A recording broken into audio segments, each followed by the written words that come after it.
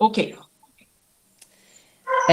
Boa tarde, meu nome é Raquel, eu sou enfermeira especialista em terapia intensiva, cardiologia hemodinâmica, sou enfermeira da EBSER, atualmente estou na UFC, aqui em Fortaleza, mas antigamente, para quem não me conhece, eu trabalhava aí na UTI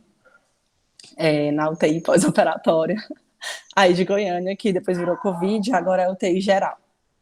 E vou falar um pouquinho sobre os cuidados de enfermagem aos pacientes neurocríticos, mas hoje eu vou me ater um pouquinho mais à hipertensão intracraniana, literalmente, que é basicamente que ela é a base de quase todos os problemas, bem como, tipo, procurar as resoluções desses pacientes neurológicos, dos pacientes neurológicos, neurocríticos, neurocirúrgicos, que o objetivo maior de busca, né, no tratamento desses pacientes é impedir, né, a elevação da pressão intracraniana.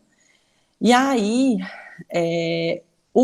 quais são os tipos de pacientes que a gente vai encontrar nas UTIs, né? Quais são os principais tipos de pacientes que a gente encontra na UTI, e principalmente baseada nos pacientes que a gente encontra ou encontrava, né, aí, que são principalmente os pacientes neurocirúrgicos, mas de vez em quando a gente encontrava os pacientes vítimas de TCE grave, os pacientes com acidente vascular cerebral, que hoje, né, o termo mais correto seria um encefálico, porque o encéfalo, ele, né, engloba muito mais, engloba um todo, né, e sendo os acidentes vasculares podendo ser hemorrágicos e isquêmicos, esses a gente encontra nas UTIs, mas não é tão fácil a gente encontrar na UTI geral em Goiânia, porque não é muito o perfil de pacientes da neurocirurgia, né, esses tipos de pacientes, a não ser quando pega pacientes que vão fazer uma craniectomia de algum tempo que foi, enfim, mas normalmente não é o perfil daí do hospital. Os traumas raquimedulares também não é perfil, mas a gente encontra, às vezes, pacientes que vão fazer descompressão de medula por algum trauma anterior ou por alguma doença, enfim. Mas são pacientes também que a gente encontra, pacientes em estado de mal epilético, a miastenia grave e os pacientes no pós-operatório, né, que principalmente englobando aí os pacientes com tumores, aneurismas, malformações arteriovenosas e também os pacientes que vão se operar, né, os pacientes da neurocirurgia, com cirurgias mais de emergência, né, com elevação de pressão intracraniana, correndo risco aí de morte cerebral. Às vezes acontece de pegar esse tipo de perfil de paciente aí na nossa UTI. Então, primeiro falar um pouquinho do que seria a pressão intracraniana, né, de como que ela é dada, como que ela é mensurada, como que ela é quantificada ou avaliada, enfim. A pressão intracraniana, ela é encontrada, na verdade, ela nada mais é do que o equilíbrio entre o líquor sangue e o parênquima cerebral, né, e a parede cerebral. Então, a gente, lembrando que tem a calota, e aí o líquor e o sangue, e esse equilíbrio entre eles é que vai manter essa pressão intracraniana funcionando bem. Normalmente, os autores falam que aceita-se uma pressão entre 8 e 15, trata-se acima de 20, alguns autores falam aí acima de 40, uma hipertensão intracraniana gravíssima, quase, muitas vezes entrando em morte encefálica, ou morte cerebral, enfim.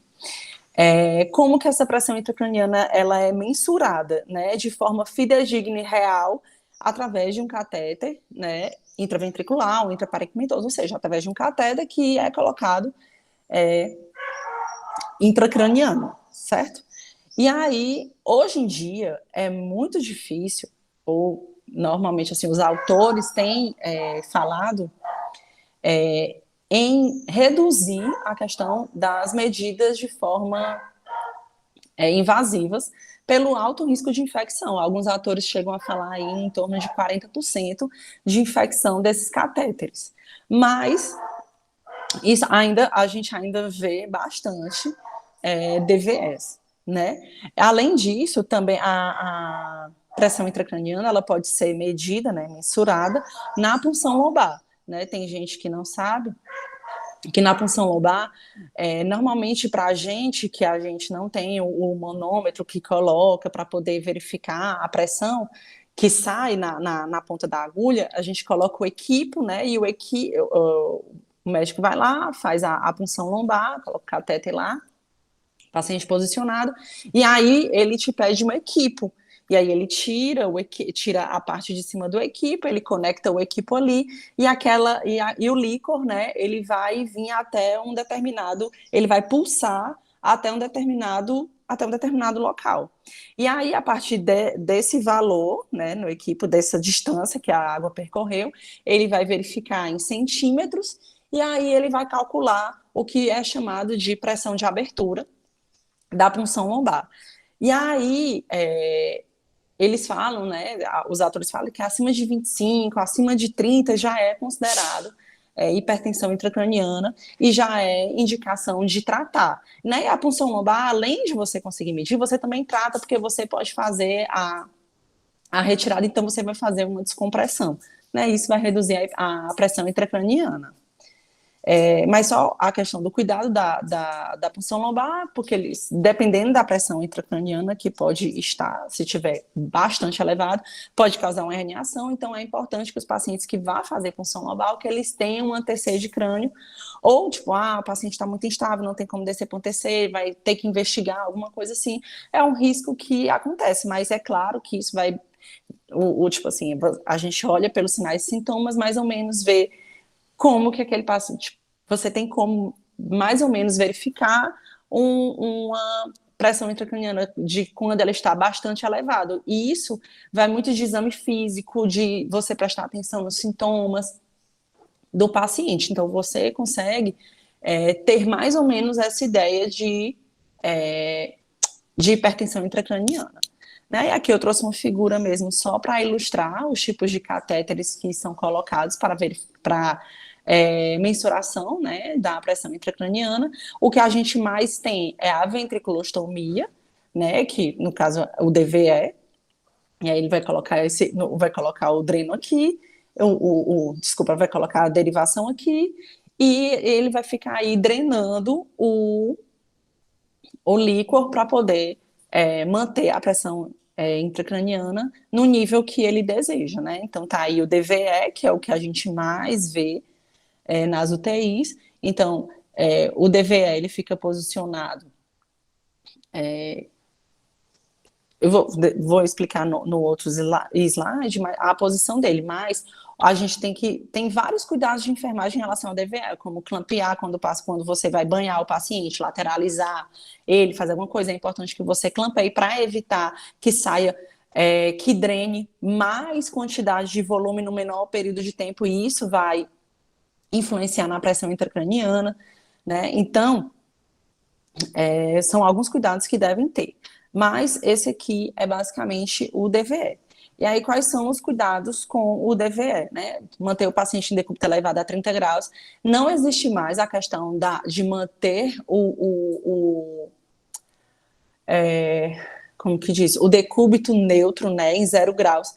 Isso, principalmente nos pacientes neurológicos e nos pacientes com hipertensão intracraniana, o decúbito elevado a 30 graus, ele já foi verificado em alguns estudos que ele tem benefício, tá? Que o decúbito a 0 graus não vai impedir, a não ser que seja o paciente que tenha um trauma raquimedular, que acabou de acontecer, acabou de sair da cirurgia, e aí sim, esse é outro tipo de paciente, mas normalmente o paciente, simplesmente porque ele tem uma hipertensão intracraniana, ou o risco de ter hipertensão intracraniana, não contraindica a elevação do decúbito a 30 graus. Muito pelo contrário, é igual a qualquer outro, né? E aí, principalmente se o paciente estiver entubado, que aí vai, além disso, vai pelas prevenções de PAV e outros tipos de prevenções de infecção. Mas essa coisa de que decúbito a 0 graus não existe mais.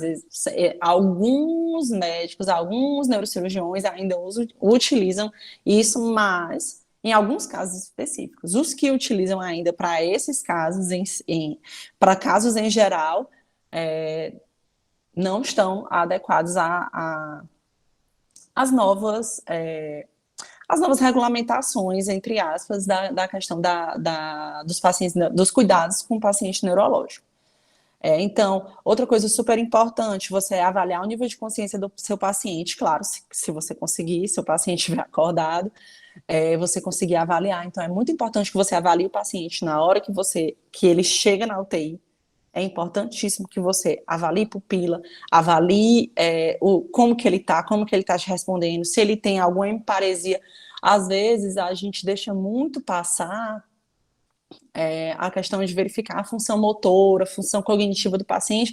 A gente só vai lá, pergunta se está tudo bem, se ele está com dor, alguma coisa, e às vezes a gente deixa passar uma ou outra característica, ou um ou outro sinal ou sintoma, e isso pode influenciar lá na frente, porque quanto mais tempo a gente demora para poder, para a gente verificar se o paciente realmente tem hipertensão intracraniana, se ele piorou, se ele melhorou, então alguém vai lá e verifica, essa pupila anisocorou desde que horas? Anisocorou tá com 1 hora, e na verdade não tá, já passou mais tempo. Então, quando você vê isso é muito grave, né, para o paciente, porque a hipertensão intracraniana, na verdade, ela é bem sensível, inclusive, né, a questão de desfecho clínico ruim mesmo, assim, de morte, levando o paciente à morte, assim, em questão de minutos, horas, enfim. E aí o DVE, a gente mantém ele nivelado com o conduto auditivo externo do paciente, né, que seria esse tracinho aqui. Então, a gente coloca, eu estou aqui apontando, como se vocês estivessem vendo. Tá aqui o tracejadozinho, você coloca no zerozinho daqui da régua. Tem autor que coloca no zero da régua, tem autor que coloca para você zerar onde está saindo aqui onde está drenando o líquor, enfim, eu acredito mais, eu vejo mais na vida mesmo, na vida mesmo profissional, zerar, né, daqui no meato externo com o zero da régua. E aqui na régua, o médico é que vai definir a pressão intracraniana que ele quer deixar. Então, sempre que a pressão intracraniana chegar ao nível 13, 12, 14, então, a partir disso, ele vai começar a drenar para fora. Essa é a função do DVE. Verificar o zero, né, como eu já falei, do sistema do DVE, não elevar e não abaixar a cabeceira sem fechar o sistema de drenagem. Isso pode acarretar aumento de pressão intracraniana rapidamente, porque você vai drenar de uma forma muito abrupta, mais do que o médico desejaria, e até não estaria de acordo com a pressão intracraniana que ele deixou lá marcadinho para ser. A questão dos nossos cuidados é registrar volume, aspecto, coloração, para ver se está com sangue, se está sanguinolento, se está purulento, ou alguma coisa do tipo, além de identificar outros sintomas e outros sinais, como febre, dor de cabeça, tremor, convulsão, rebaixamento do nível de consciência, né? Então, rigidez de nuca, que isso é um desfecho muito ruim para o paciente. Aí observar se há presença de movimentos involuntários, né, da questão da decorticação, da cerebração, isso tudo, ele cabe na avaliação primária, né, da gente, porque se a gente recebe o paciente, a gente viu como que estava o aspecto do líquido, quanto que ele estava drenando, tipo assim, na primeira hora ele drenou 50, na segunda hora ele drenou 200, então tá errado, tem alguma coisa errada, e aí é importante que você observe, comunique à equipe médica, porque a gente sabe que a equipe médica não fica lá direto, e principalmente o pessoal da neurocirurgia, que só deixa o paciente lá e vai embora. Então, assim, é muito importante que a gente fique muito atenta a esses cuidados com a DVE. E a questão de você avaliar o paciente e você entender a importância da avaliação do paciente. Não é só simplesmente fazer a admissão do paciente na UTI, é você realmente entender que a sua avaliação pode fazer diferença, muita diferença, na vida do paciente, porque se ele tiver alguma pior, alguma coisa, quanto antes você diagnosticar, né? Quanto antes você verificar, melhor para o paciente. tá? E aí a questão de manipular o paciente de forma em bloco, né? Mesmo os pacientes que estão em DVS, todos os pacientes da neurocirurgia, eles devem ser manipulados, né? Tentando deixar a cabecinha o mais neutro possível. Em bloco é a forma mais segura, não só dos pacientes de trauma raquimedulares, mas também qualquer paciente da neuro, por causa qualquer movimento brusco com a cabeça pode ocasionar num aumento da pressão intracraniana. Né? A questão de você verificar a obstrução de catéter, se o catéter saiu na hora de você fazer o curativo, se ele, enfim, se ele veio mais, enfim, tudo isso você tem que verificar e comunicar imediatamente à equipe da neurocirurgia. Eu sei que às vezes a gente, não, saiu só um pouquinho, vou deixar aqui. Eu sei que às vezes a gente acha que fez errado, que a gente tracionou um pouquinho a mais ou a menos, mas isso vai interferir. Isso, na verdade, pode interferir seriamente na vida do paciente para frente. Tá? Desprezar a bolsa quando atingir 2/3 da sua capacidade com técnica asséptica.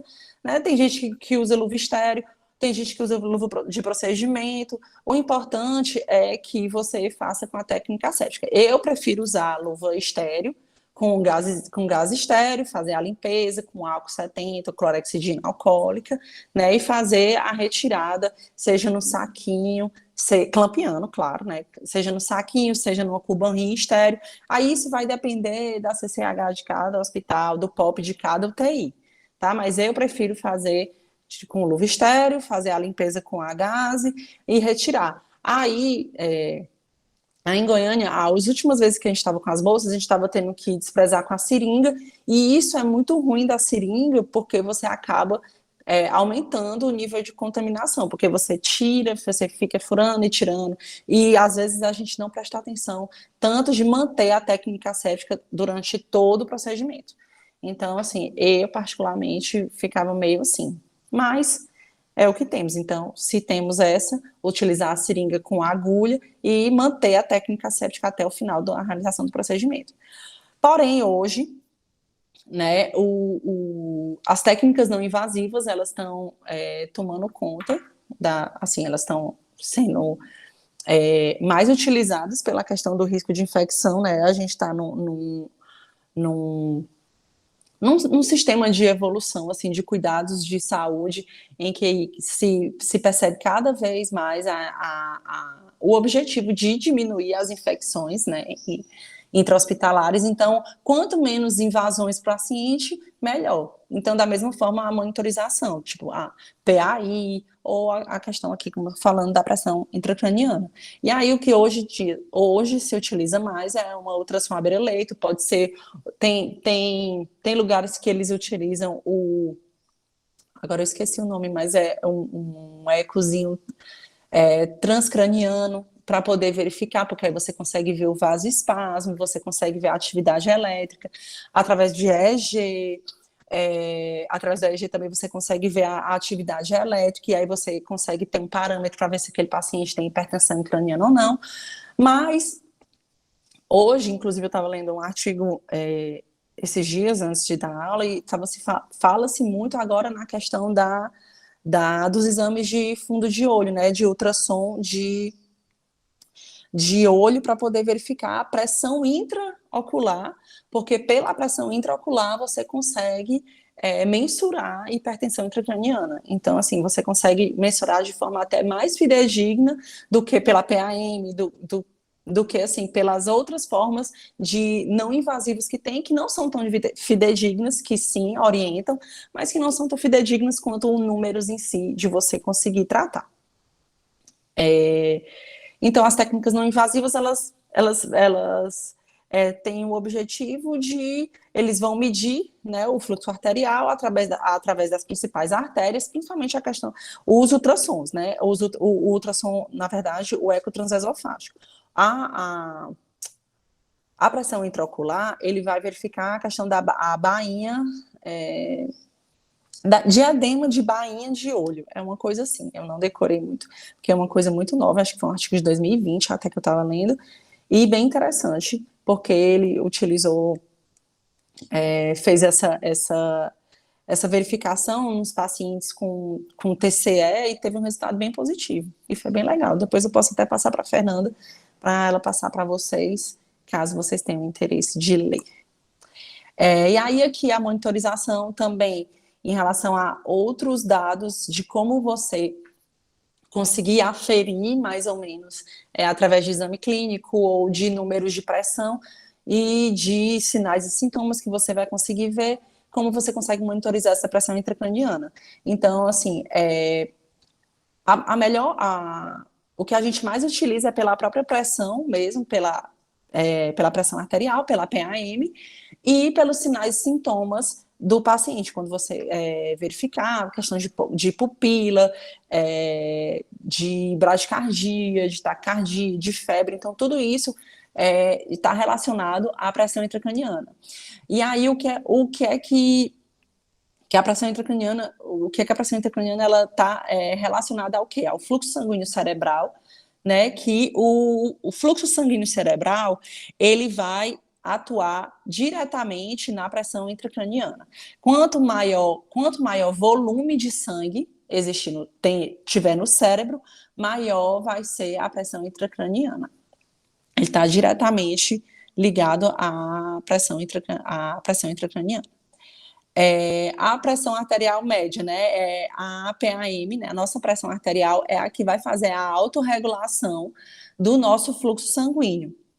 A gente tem que lembrar que tudo a nossa pressão arterial, ela vai comandar muita coisa em relação à pressão intracraniana, porque ela está diretamente ligada. Quanto maior a pressão, menor a pressão intracraniana. E assim sucessivamente, na maioria dos casos.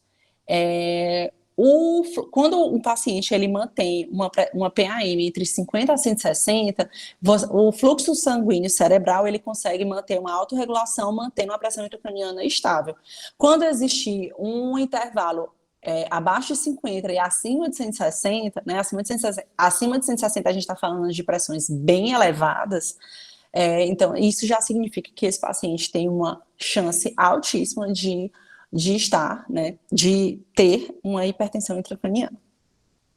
E aqui também tem a questão da perfusão cerebral, que a ideia é você manter a perfusão cerebral através da pressão arterial média. Então, se você manter a pressão arterial média, você consegue manter o fluxo sanguíneo cerebral e você consegue manter uma pressão de perfusão cerebral adequada, né, tentando elevar, ou, na verdade, tentando baixar a pressão intracraniana e elevando a PAM. Por isso que nos pacientes da neurocirurgia, muitos pacientes chegam com nora, mesmo não sendo hipotensos, porque esses pacientes da neurocirurgia, eles têm que manter uma pressão de perfusão cerebral um pouco maiores para poder manter o fluxo sanguíneo cerebral bom, para eles poderem conseguir sair da cirurgia bem e evitar o risco de hipertensão intracraniana e as complicações da neurocirurgia.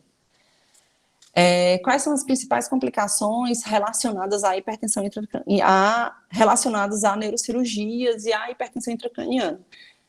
É o rebaixamento do nível de consciência, o vasoespasmo cerebral, a própria hipertensão intracraniana mesmo, né, que ela é uma complicação das neurocirurgias, as convulsões, a alteração súbita de motoras e fala, né, e principalmente a gente vê isso nos AVCs, na hemorragia subaracnoide, nos hematomas, né, nos AVCs-Hs, e aí náuseas e vômitos já são sinais e sintomas que estão ali, tipo, já avisando ali que pode ocasionar uma hipertensão, que pode ter ali uma hipertensão intracraniana e uma hipotensão, né, como eu já falei antes, a hipotensão, ela vai relacionar uma elevação da pressão intracraniana. E aí, como que a gente avalia, né, esses pacientes, como que a gente avalia o nível de consciência, como que a gente avalia se aquele paciente melhorou. Essas são as principais escalas utilizadas na neurologia, na neurocirurgia, certo? A escala de Coma de Glasgow, que seria para a gente avaliar pacientes, avaliar nível de consciência dos pacientes. Então, a escala de Coma de Glasgow tem 3 parâmetros, né? Abertura ocular, resposta verbal, resposta motora. A abertura ocular, ela tem uma pontuação de 4-1, a resposta verbal de 5-1 e a resposta motora de 6-1. Acho que já tem uns 4, 5 anos, eu nem me lembro mais agora, que foi colocado também a reatividade pupilar, que eles vão diminuir ou não vai alterar a escala de Glasgow.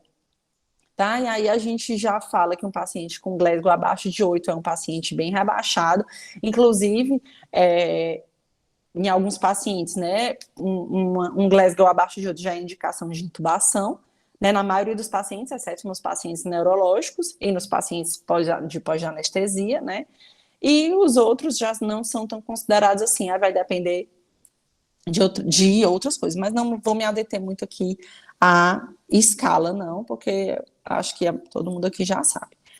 Aí, talvez a escala que vocês não são muito habituados a utilizar, a escala de Rank, que é uma escala que ela é utilizada mais nos pacientes de AVC, mas também ela é utilizada nos pacientes da neurologia em si, que elas mostram que, no caso, o paciente... é uma escala que fala como o paciente era antes dele ter aquele evento, antes dele ter aquele evento neurológico, se era um paciente totalmente independente, se era um paciente totalmente independente, se ele já tinha alguma incapacidade, enfim, essa escala é utilizada na neurologia, principalmente nos AVCs, mas também ela é utilizada para avaliar alguns tipos de pacientes, mas é utilizada na neurologia. A escala de Haas, a escala de sedação, né, a escala de Ramsay também é a escala de sedação. Hoje em dia a gente utiliza a Haas, a gente utiliza mais a Haas nas UTIs, mas a escala de Ramsay também pode ser utilizada numa escala de sedação. E aqui a escala do o NIHSS, eu não sei agora falar mais, que é uma escala do AVC, que ele serve para ter uma ideia mais ou menos do tamanho que o AVC, das áreas, né, acometidas pelo insulto isquêmico ou hemorrágico, de onde aquela área foi afetada. Então, quanto maior a pontuação, quanto maior a pontuação em relação aos pontos, né, que foram avaliados, pior o prognóstico e maior o AVC, maior a lesão, tá? E aí, voltando a falar um pouco mais de hipertensão intracraniana, né, as consequências da hipertensão intracraniana estão associadas à pior morbimortalidade, não só nas UTIs, como, né, nas emergências. A hipertensão intracraniana, quando não tratada, tem um risco elevado para a morte encefálica, quando não para a morte encefálica, um risco elevado de causar não, esqueci agora a palavra, mas assim, de causar transtornos para o paciente que eles não vão conseguir se curar, né? Deixar o paciente ali com sequelas neurológicas graves e provavelmente irreversíveis, deixar um paciente em coma por muito tempo, para a vida inteira, né? Deixar um paciente ali no estado de coma para o resto da vida, simplesmente, às vezes, por uma falha da equipe, né? Às vezes. Então, quanto antes a gente falar, quanto antes a gente verificar uma hipertensão intracraniana, melhor para o paciente. E aí, quais são os sinais e sintomas, né? Vômito em jato, principalmente pela questão da compressão bulbar, a cefaleia, a alteração do nível de consciência, a tríade de Cushing é o principal, né? Que é a bradicardia, a alteração do padrão respiratório. O paciente normalmente vai ter uma bradispneia, né? Por causa também, todos isso aqui é por causa da compressão de bulbo, né, compressão compressão de bulbo, e a hipertensão. Às vezes acontece a hipotensão, mas na maioria das vezes vai ter uma hipertensão por causa mesmo do efeito de vasoconstrição que pode ocasionar devido a essa compressão bulbar. E aí, essa hipertensão intracraniana, normalmente ela é causada por quê? Ela é causada por normalmente edema cerebral, né, hidrocefalia, ou às vezes hemorragia subaracnoide, enfim.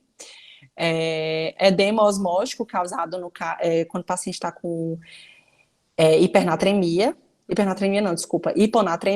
e aí isso pode causar edema cerebral. A TVC também pode ocasionar hipertensão intracraniana na obstrução venosa, massas e tumores pela questão da compressão, né, do cérebro, a vasodilatação e medicamentos também pode ocasionar a hipertensão intracraniana. Outros casos da elevação da pressão intracraniana é a hipercapnia, né, que o aumento da PaCO2 causa uma vasodilatação cerebral, aumento do fluxo sanguíneo, levando ao aumento do fluxo sanguíneo cerebral, e aí, consequentemente, um aumento da pressão intracraniana. E a hipocapnia também, a hipocapnia é bem grave, ela vai causar uma vasoconstrição, que aí ele vai diminuir o fluxo sanguíneo cerebral, e aí isso também pode aumentar a pressão intracraniana.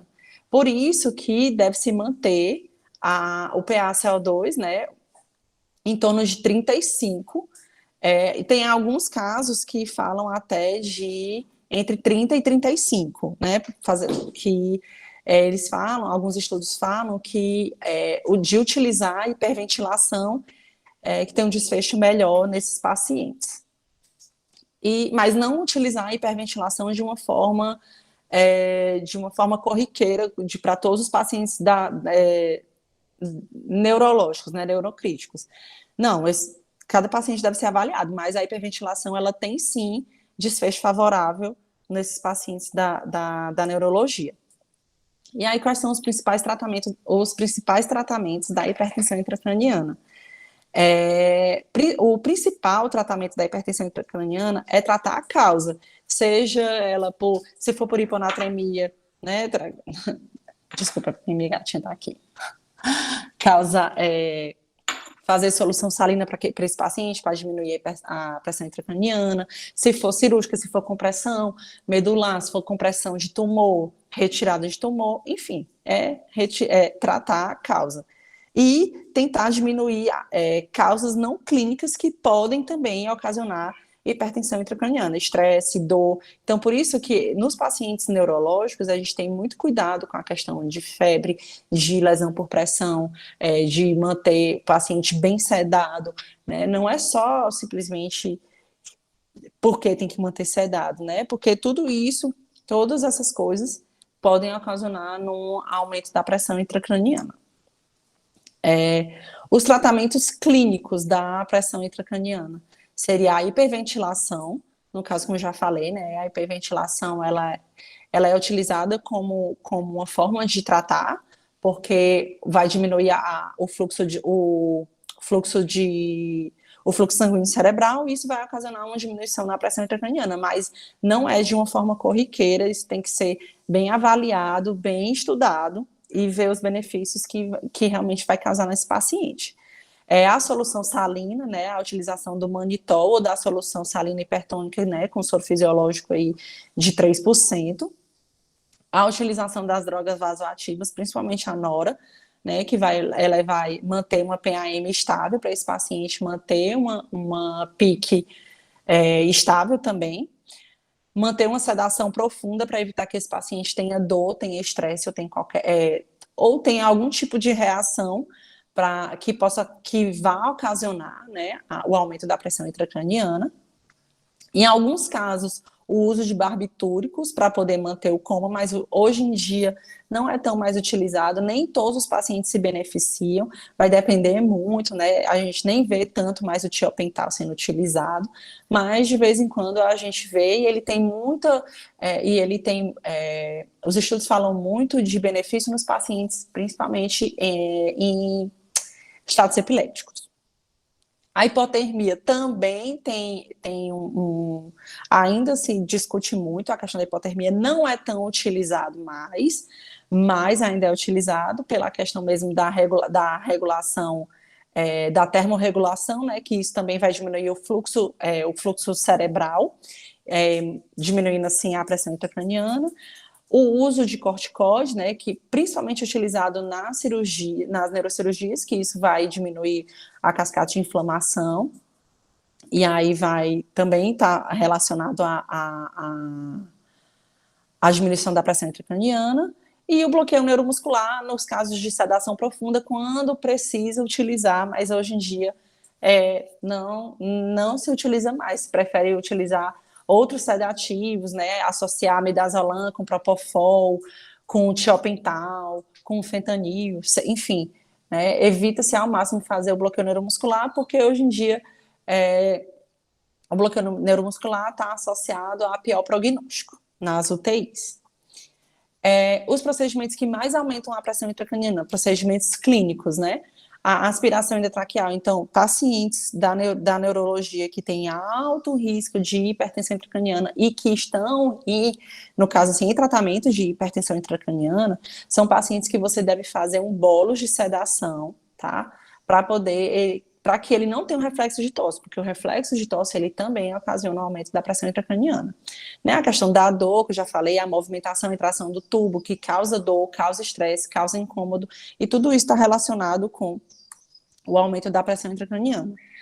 E aí também vem os tratamentos cirúrgicos, né, que no caso seria para melhora de edema cerebral, da hemorragia, então a drenagem, né, drenagem do líquor, né, tem muitos deles que fazem através da mesma derivação da DVE, também faz para melhorar a hipertensão intracraniana, a retirada dos tumores, né, que no caso seria a causa, se o tumor que está comprimido e está aumentando a pressão intracraniana, então a retirada é o mais indicado.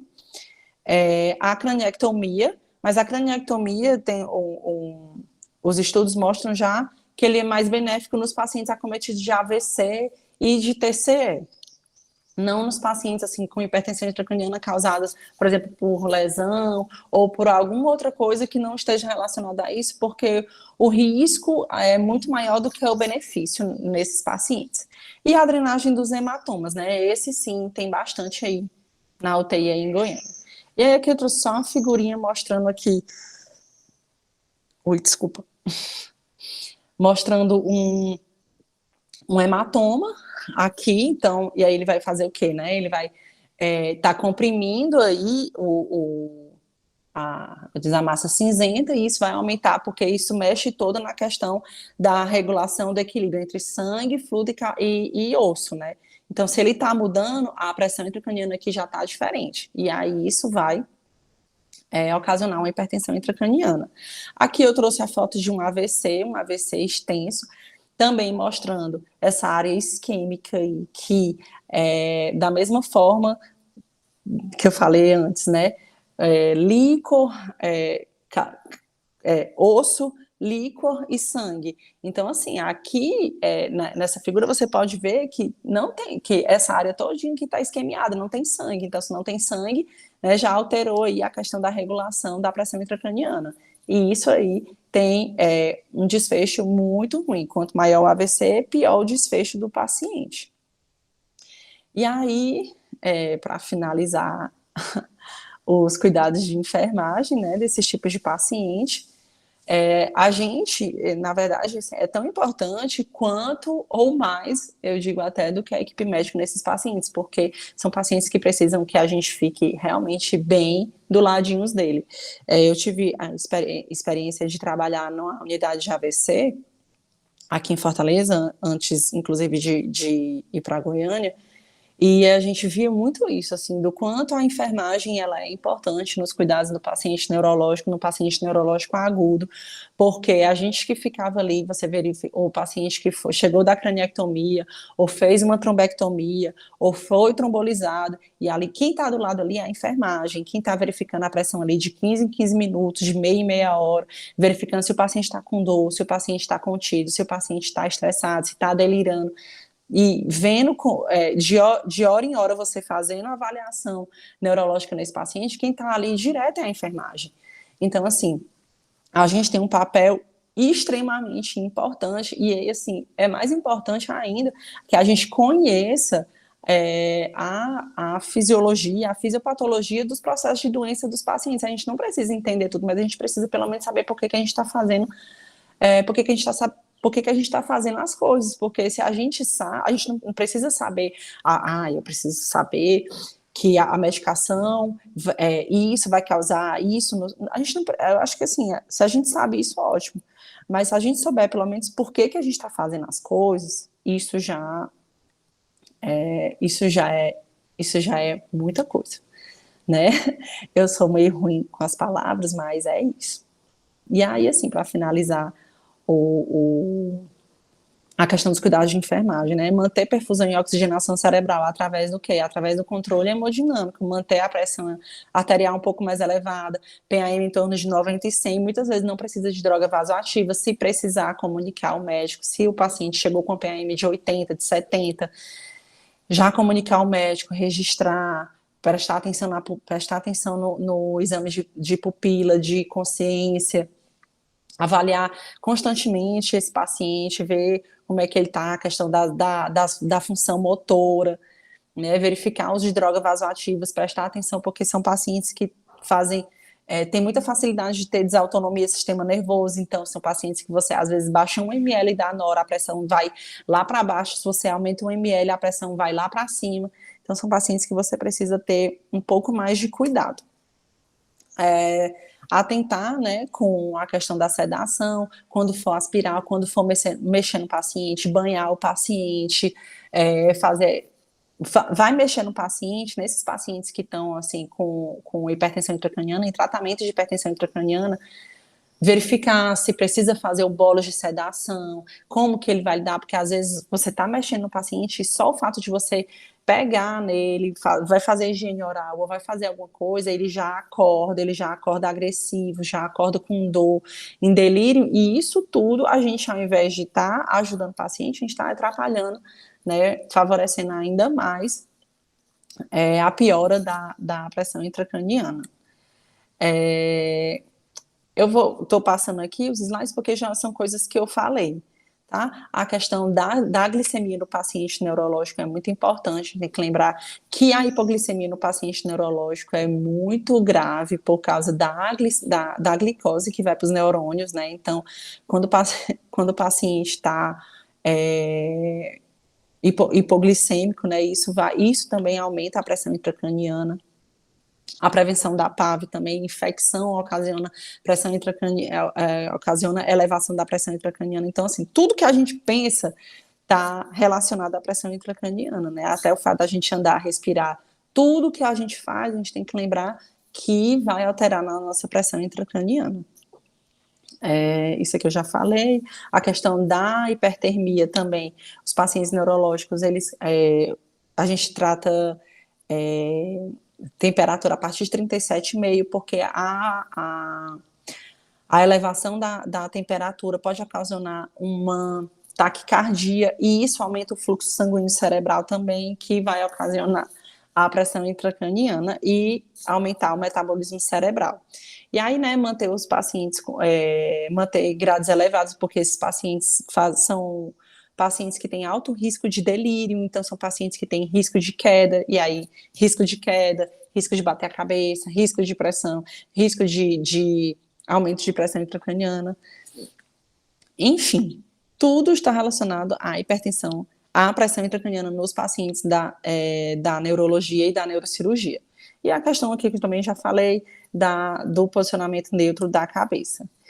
E hoje eu falei mais sobre a hipertensão intracraniana, né, a pressão intracraniana, e do reconhecimento dos sinais e sintomas desses pacientes e como avaliar. E só relembrando aqui o que eu falei várias vezes, né, que o reconhecimento precoce, ele favorece diretamente no desfecho clínico e na vida do paciente. Então, assim, é muito importante que a gente tenha consciência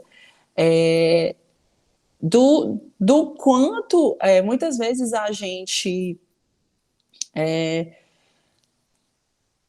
coloca o nosso exame tão abaixo do médico, como se não fosse tão importante, como se não fosse importante, ou como se o nosso exame não tivesse, que isso não tivesse tanta importância, né, tipo assim, ai meu Deus, é porque eu esqueci o que eu ia dizer. Mas é isso, é que a gente tem que avaliar o paciente, e que a gente sim é importante, que a gente que está do lado do paciente, que a gente que conhece, e tem que avaliar mesmo, e tem que estar ali do lado mesmo, e é isso. E pronto.